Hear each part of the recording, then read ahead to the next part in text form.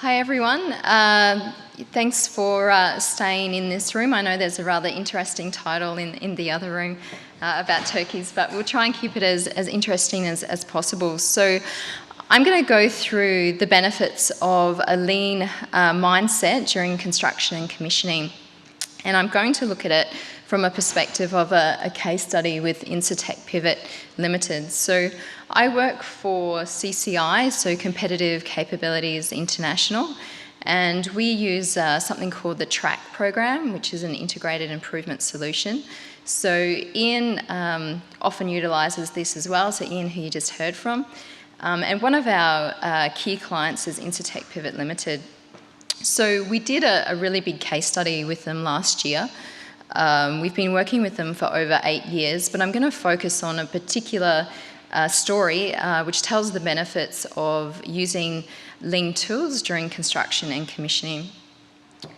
So back in 2010, prior to them signing up to look at the TRACK program, they identified that there was plants which were operating suboptimally, and the executive team actually visited a number of our reference sites, so a number of the TRACK reference sites, and they decided to sign up to TRACK in 2011 to create their own internal business excellence program, which they called BEX.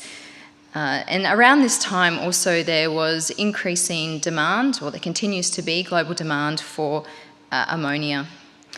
So they basically did get a number of benefits from the program and are continuing to get some great benefits. So the numbers speak for themselves. So about 570 million EBIT and then 84 in 2017 alone. Some really good improvements there with safety, so 35% reduction in recordable injuries. But what we're going to focus on today is the significant improvements in ramp up for newly constructed and commissioned ammonia plants. So as you can see here, the ammonia global market is continuing to climb. So at the time when they decided, yes, we need 2 more ammonia plants, the compound annual growth rate was about 2.2%, and it's currently about 5.3%. So they decided to construct and commission an ammonia plant in Moranbah, so in central Queensland, and you can probably tell from my accent, that's where I originate from, central Queensland, quite ochre Aussie accent. And they commissioned that in 2012, and then later on, about 5 years later, they commissioned a plant in Waggaman, Louisiana. So the Moranbah plant, it was constructed prior to the TRACK lean program and was commissioned less than a year after the lean initiative, as compared to Waggaman, which was constructed 5 years after the lean initiative and commissioned 6 years after the lean initiative. And here you can see the key differences. So the Moranbah plant, the uptime in the first year was 40%, compared to Waggaman, which was 74%. So we're looking at almost double. And then if you look at the time to reach nameplate, it took 5 times as long for the Moranbah plant to reach nameplate versus the Waggaman, Louisiana plant. So let's sort of unpack that and try to work out why that was the case. So if we look at Waggaman, the results are amazing, basically. So Waggaman, Louisiana, within the first 12 months, they got to 110% of nameplate, and the maximum sustainable production rate was raised by 10%. This particular plant, had benchmark safety, as you can see there, so 5 million man-hours and no LTIs. It's world scale and came in well below budget and is in the first quartile for ammonia production globally. So they continue to report really good benefits of this Waggaman plant. So the IPL recent half-yearly results do talk to the benefits of the Waggaman plan. I won't go into the details there, but we'll make this available so you can have a look at the benefits from this plan and also the benefits of this business excellence program, which was powered by TRACK, which is the program that we've been using to support the organisation. So this is compared to the Moranbah plant. Now the Moranbah plant, it had a number of challenges. So Alan Grace, who is the president of their global manufacturing, has basically said, look, if the Moranbah project was challenge level 10, then Waggaman, Louisiana was about a 3. And that's due to a number of reasons. So one of them is that the ammonia plant at Moranbah was a troubled second-hand plant. So the odds were stacked against it from day dot. But he also strongly believes that the Moranbah plant, which was, of course, constructed prior to any lean principles being introduced into the site, and also commissioned less than a year after the program, had very immature problem-solving capability across the site. So over time, they were able to develop this, and so they've used visual management in the form of the daily management system, 5 Whys, so root cause analysis and teamwork principles. But they do believe that the slow ramp-up was due substantially to not having that strong problem-solving capability within. So they believe this is the main gap between Moranbah and Waggaman in terms of the ramp-up.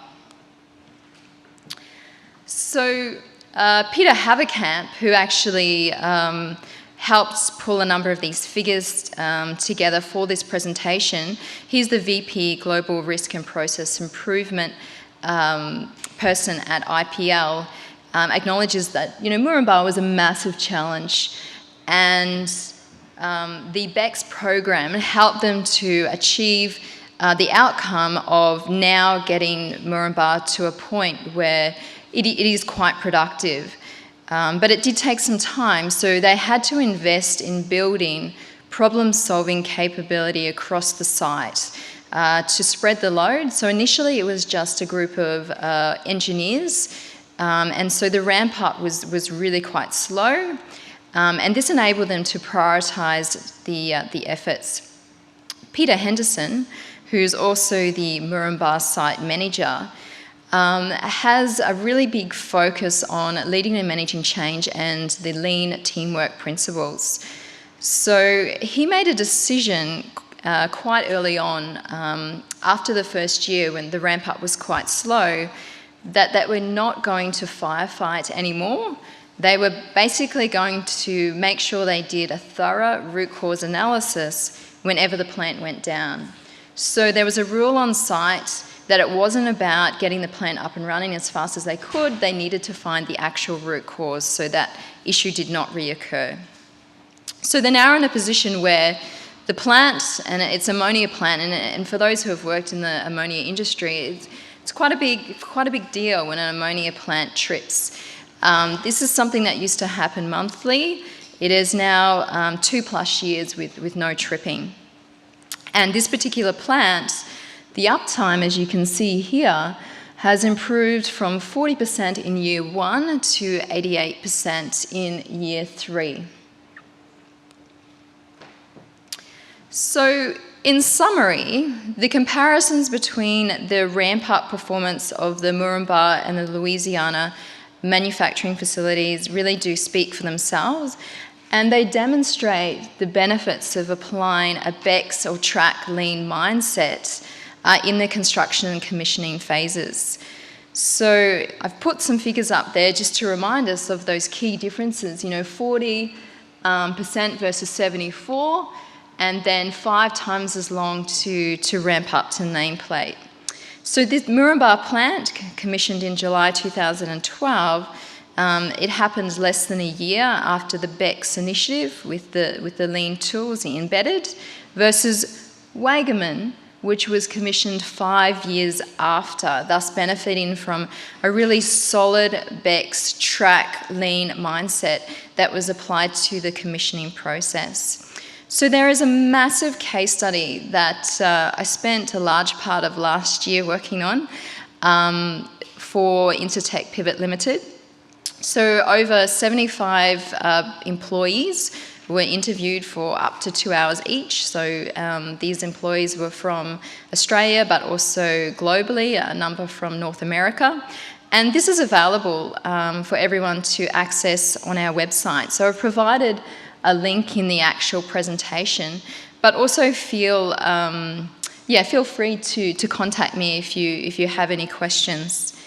Up here is also our website, and on our website there's a number of case studies. So we predominantly work in manufacturing, but we also have a number of construction and commissioning case studies. Thank you. Do you have any questions? Thanks very much. Has anybody got any questions from the floor? No? Yeah, yep. There's one. Bring you the mic, or you can yell. When implementing lean systems in commissioning, for instance, do you still keep the legacy systems in place, like the completions reports and all of that type of stuff, or do you replace those systems with other lean tools? Yeah, the guys, they didn't, throw the baby out with the bathwater. They did keep a number of those systems in place. I think it's just a matter of having a bit more rigour about the way they do things. So the Waggaman, Louisiana plant, they had daily visual management meetings. So daily management system was very well embedded and in place there. Whereas the ammonia plant, which was being built in Moranbah, it was very early into the process. So they were still relying on old school management processes, which were probably less visual, more getting together to have a chat about how things were going. The KPIs probably weren't as clear and as well cascaded to the people that were working on the ground. So yeah, I don't think it's a matter of lean tools and principles replacing some of the construction and commissioning processes, but more so complementing and adding to them, yeah. Wonderful. Any other questions from the floor? We're all looking on it. Yep. Monica, I'll run down to you. This is a lady I met this morning when I came in and asked where the tea and coffee was. I had a rather interesting kindergarten drop-off with my daughter throwing a tantrum this morning. So my name is Monica. My background was also in manufacturing, and I actually do come from an ammonia plant.